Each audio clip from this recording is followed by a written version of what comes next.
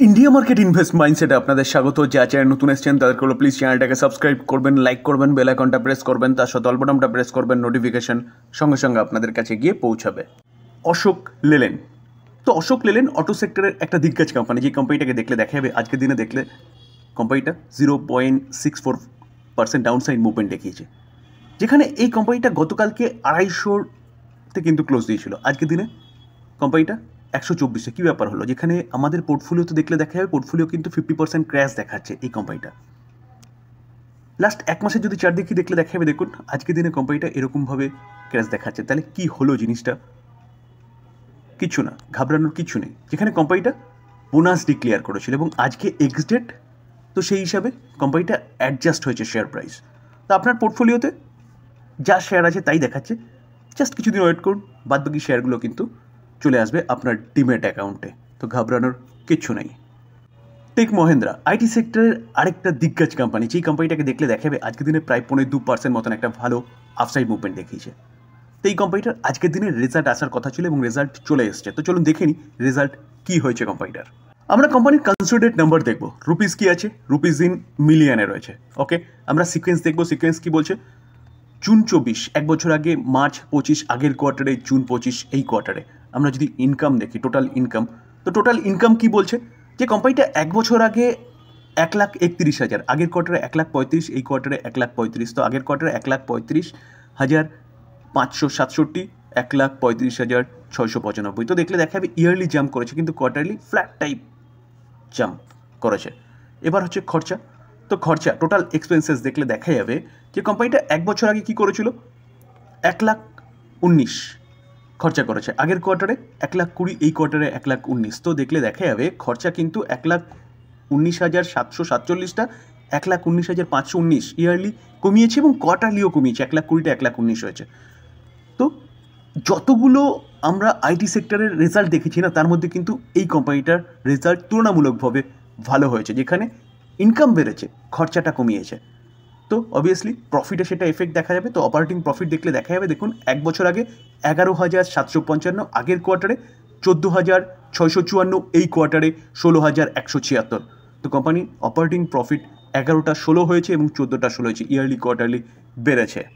Profit after tax ও tax ও অ্যাডজাস্টমেন্টের পরে main প্রফিটটা দেখলে দেখা যাবে কোম্পানি এক বছর আগে 6,448, আগের কোয়ার্টারে 11,419, এই কোয়ার্টারে 11,288। তো ইয়ারলি জাম্প করেছে, কোয়ার্টারলি সামান্য পড়েছে। যেখানে আমরা অপারেটিং প্রফিট দেখেছিলাম, কোম্পানি কিন্তু অপারেটিং প্রফিটও কোয়ার্টারলি জাম্প করেছিল।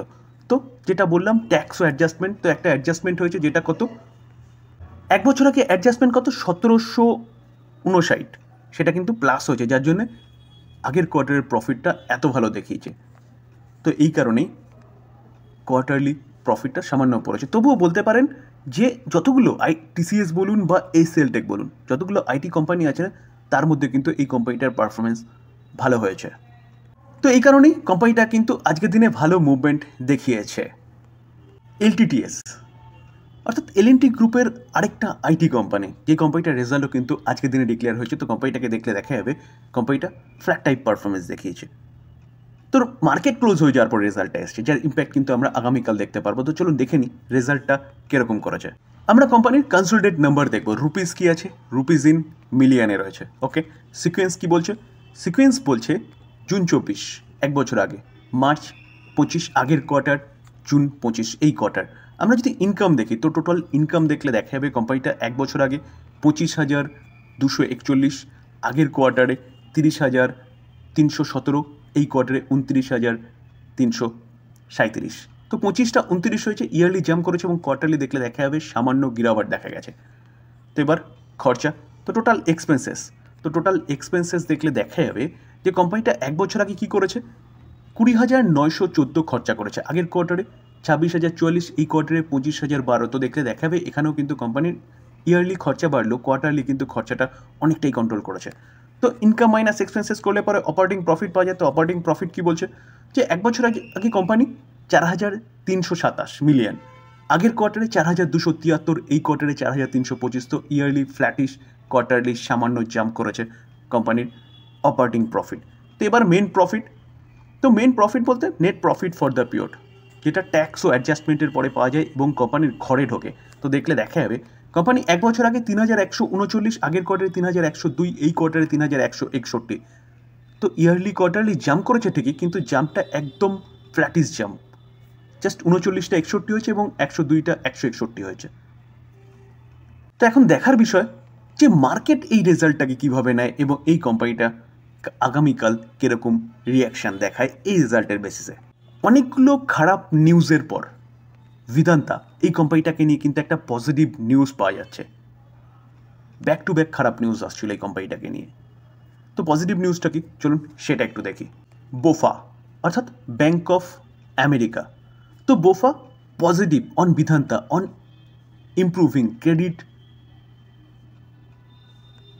Profile attractive valuation.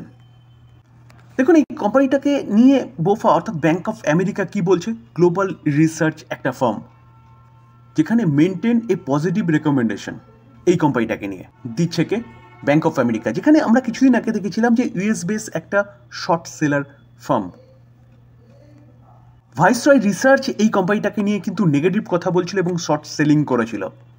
সেই সময় কিন্তু এই বেদান্তা কোম্পানিটা খুব বাজেভাবে নিচে এসেছিল। তো সেই জায়গায় দাঁড়িয়ে কিন্তু এই ব্যাঙ্ক অফ আমেরিকার পজিটিভ নিউজটা না এই কোম্পানিটাকে বলতে পারেন একটু স্বস্তি দিয়েছে। ডিকসন টেকনোলজি, মোবাইল বলুন বা ইলেকট্রনিক গুডস সেগমেন্টে বলুন বা সেমিকন্ডাক্টর সেগমেন্টে বলুন, এই কোম্পানিটার ব্যাপক একটা যোগদান রয়েছে, যেখানে আজকের দিনে দেখলে দেখা যাবে কোম্পানিটা কিন্তু প্রায় 2.5% মতন একটা ভালো মুভমেন্ট দেখিয়েছে। যেখানে এই কোম্পানিটাকে নিয়ে কিন্তু বিভিন্ন ব্রোকিং হাউস নেগেটিভ কথা বলছিল, আবার কিছু ব্রোকিং হাউস পজিটিভ কথাও বলছিল। তো আজকের দিনে এই কোম্পানিটাকে নিয়ে একটা ভালো নিউজ পাওয়া যাচ্ছে। নিউজটা কি, নমুরা একটা গ্লোবাল ব্রোকিং হাউস এই কোম্পানিটাকে নিয়ে বুলিশ এবং আজকের দিনে এই কোম্পানিটাকে নিয়ে একটা আপডেট ডিক্লেয়ার করেছে, যেখানে তারা বলছে কি 29% আপসাইড মুভমেন্ট দেখাতে পারে এই কোম্পানিটা। তো এই কারণে কিন্তু নমুরা এই কোম্পানিটাকে নিয়ে বাই রেটিং দিচ্ছে এবং টার্গেট কি দিচ্ছে, টার্গেট 21,409 টার্গেট দিচ্ছে, বলছে 29% আপসাইড মুভমেন্ট দেখাতে পারে এই কোম্পানিটা। কে বলছে, নমুরা, একটা দিগ্গজ গ্লোবাল ব্রোকিং হাউস। তবে একটা জিনিস মাথায় রাখবেন স্যার, যে কোনো ব্রোকিং হাউস বলছে বলেই যে বাই করবো সেটা কিন্তু ভুল ডিসিশন হবে। আপনি বাই করার আগে নিজে ভালো মতো অ্যানালাইসিস করবেন, তারপরে গিয়ে বাই করবেন, কারণ আপনার কষ্টের টাকাটা কিন্তু আপনি ইনভেস্টমেন্ট করছেন। যদি নিচে আসে তাহলে আপনার টাকাটাই যাবে। স্যার আবারও ডিসক্লেমার দিয়ে রাখি, এই ভিডিওতে যেসব কোম্পানিগুলো নিয়ে আলোচনা করলাম সেসব কোম্পানিগুলো সম্বন্ধে নিউজ পাওয়া যাচ্ছে বলে সেটা তুলে ধরার চেষ্টা করলাম মাত্র। তো এইটাকে প্লিজ কেউ বাই রেকমেন্ডেশন হিসেবে নেবেন না। বাই করার আগে নিজে ভালো মতন অ্যানালাইসিস করবেন, তারপরে বাই করবেন, বা আপনি আপনার ফাইন্যান্সিয়াল অ্যাডভাইজারের সাথে কথা বলে নিয়ে তারপর বাই করবেন।